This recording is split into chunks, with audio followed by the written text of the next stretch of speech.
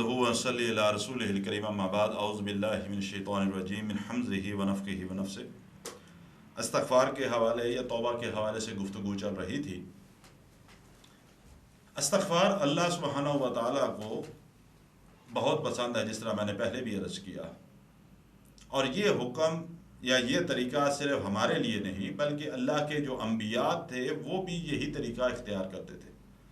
कुरान मजीद का अगर आप मुतालिया करें, आदम अलैहिस्सलातु वस्सलाम और अम्मा हवा अलैहिस्सलाम जो थी, उनसे गलती सरजद हो गई। शैतान के बहकावे में उन्होंने एक पौधे से उसका फल खा लिया। अल्लाह की तरफ से आजमाइश थी कि इसके करीब नहीं जाना, उनसे हो गई गलती। अल्लाह फरमाते हैं फिर हमने उनको कलमात सिखाए। कलमात कौन से सिखाए कि रब्बना ज़लमना अनफुसना व इन लम तग़फ़िर लना व तरहमना लनकूनन्ना मिनल ख़ासिरीन। अल्लाह, हम अपनी जानों पर जुल्म कर बैठे हैं, अगर तूने हमारे ऊपर रहम ना फरमाया, हमें माफ़ ना फरमाया तो हम तो खसारे वाले में से हो जाएंगे। हमने अपनी जान पर जुल्म किया। जब इंसान अल्लाह की नाफरमानी करता है, अल्लाह की किसी हद को तोड़ता है, दर हकीकत वो अपने ऊपर जुल्म करता है। और जुल्मों में से सबसे बड़ा जुल्म यह है कि इन्न शिर्क लज़ुल्मुन अज़ीम।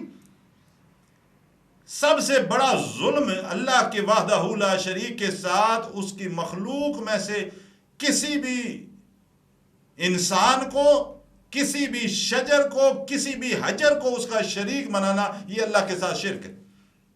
और यह सबसे बड़ा जुल्म है कि अल्लाह वहदहू ला शरीक की जात के साथ किसी को शरीक ठहराया जाए। तो आदम अलैहिस्सलातु वस्सलाम ने जब ये गलती सरजद हुई तो अल्लाह ने ये कलमात सिखाए कि आदम और हवा दोनों ये कलमात कसरत के साथ उन्होंने पढ़े। और पढ़ने के बाद अल्लाह ने उनकी दुआ को, उनकी तौबा को कबूल फरमा लिया। इसी तरह मूसा अलैहिस्सलातु वस्सलाम से गलती सरजद हुई कि मूसा अलैहिस्सलातु वस्सलाम ने मुक्का मारा, ताकतवर थे, अल्लाह ताला ने उनको ताकत अता की थी, उन्होंने मुक्का मारा। मुक्का मारने से जिसको मुक्का मारा वो बंदा मर गया। जो ही बंदा मरा उनको फौरी तौर पे इस चीज का एहसास हो गया कि मुझसे गलती सरजद हो गई। फौरन अल्लाह से रजू किया, रब्बी इन्नी ज़लमतु नफ्सी, ऐ मेरे रब मैंने अपने आप पर जुल्म कर लिया है, फग़फ़िर ली, बस मेरे गुनाह को माफ कर दे। मेरी जो गलती मुझसे सरजद हुई है अल्लाह इसको मुझे माफ कर दे। यूनुस अलैहिस्सलातु वस्सलाम मछली के पेट में मौजूद थे और वहां पर अल्लाह ने उनको वो कलमात सिखाए कि ला इलाहा इल्ला अंता सुब्हानका इन्नी कुन्तु मिनज़ ज़ालिमीन। ला इलाहा इल्ला अंता, तेरे सिवा कोई माबूद बरहक नहीं, तू वहदहू ला शरीक है। सुब्हानका, तू पाक है। इन्नी कुन्तु मिनज़ ज़ालिमीन, बेशक मैं जालिमों में से था, मुझसे गलती सरजद हुई। और मेरे और आपके रहबरो रहनुमा इमामुल अंबिया जनाब मुहम्मदुर रसूलुल्लाह सल्लल्लाहु अलैहि वसल्लम के हवाले से बुखारी और मुस्लिम के अंदर यह हदीस मौजूद है कि अल्लाह के नबी सल्लल्लाहु अलैहि वसल्लम जिस मजलिस के अंदर भी तशरीफ फरमा होते, आप सल्लल्लाहु अलैहि वसल्लम कसरत के साथ इस दुआ को पढ़ा करते, रब्बिग़फ़िरली व तुब अलैया इन्नका अंतत तव्वाबुल गफूर। ऐ मेरे रब मुझे माफ कर दे, मेरी तौबा को कबूल फरमा। यकीनन तू ही तौबा को कबूल फरमाने वाला है और गुनाहों को माफ फरमाने वाला है। ये कौन सी हस्तियां हैं? क्या अल्लाह के रसूल सल्लल्लाहु अलैहि वसल्लम गुनाहगार थे इसलिए माफी मांगी?